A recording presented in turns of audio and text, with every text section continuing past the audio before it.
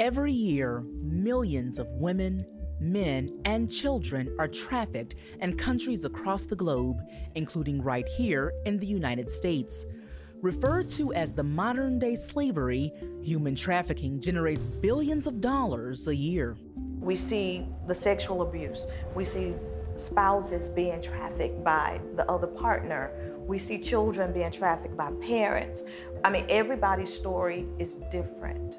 Oftentimes, victims are lured in by a search for love from outside. What they find is a world of sex for money, manipulation, and abuse. Other times, trafficking can start much closer to home. At 5, my mom was mine. She sex trafficked. She put me into it. At the age of 5, I was having sex. She was letting me have sex with her boyfriends for drugs, for alcohol, or whatever she needed. At age 10, Jada Welch presented a gift she had found and saved to give to her mom for Mother's Day. Instead of happiness, her mother responded with the accusation that Jada had accepted the gift from a John as a result of a sexual act without permission from her pimp, who again was her own mother. That's when the physical abuse really got worse, where she tied me against the bed and beat me for 24 hours and put me in salt water. The state took me, but being programmed, with drugs and alcohol and having sex with different guys, I was running away from foster home, and then I met my pimp. Jada spent years on the street being sold and eventually selling herself for money. I didn't know what else to do. I didn't know how to be a kid. Determined to break that cycle, Jada worked to provide for her son, who was from a previous relationship, and a daughter born from the very life she was trying to escape.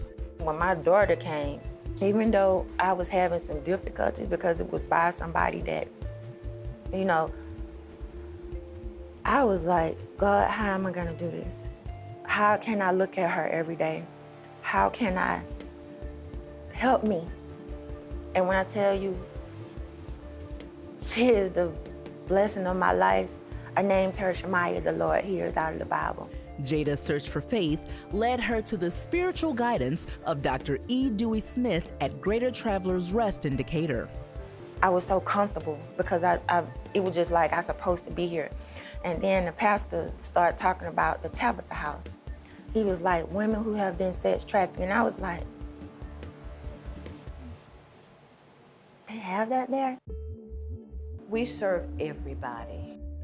The survivors would call me at 2 o'clock in the morning and say, I just needed to hear your voice to know that I still have somebody supporting me. And I answer. Nicknamed Mama Margie, Tabitha's House Executive Director, Margie Gill, has been there since her own daughter was stalked at the age of 13. And my daughter told me one day she went to the restroom, and when she came out, he was right in front of her face. And he would show up at her practices. Then she started getting messages on her little social media accounts saying, I'm watching you, and I'll steal you, and things like that. A vision of Dr. E. Dewey Smith and Margie's response to predators, Tabitha's House opened its doors 3 years ago. Tabitha's House will step in to provide, search and rescue efforts. We have had teams of volunteers go out to help look for children. And we have to break the bad news sometime to parents that your child may be trafficked.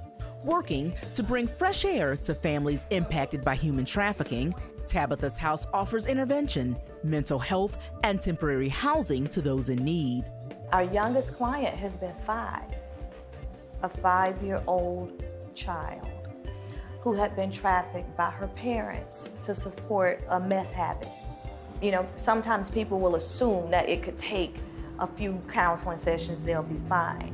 But I have to attend, and I have to be intentional in attending to the layers of the person, because we work with marginalized populations, we work with the ultra-rich. Human trafficking does not discriminate.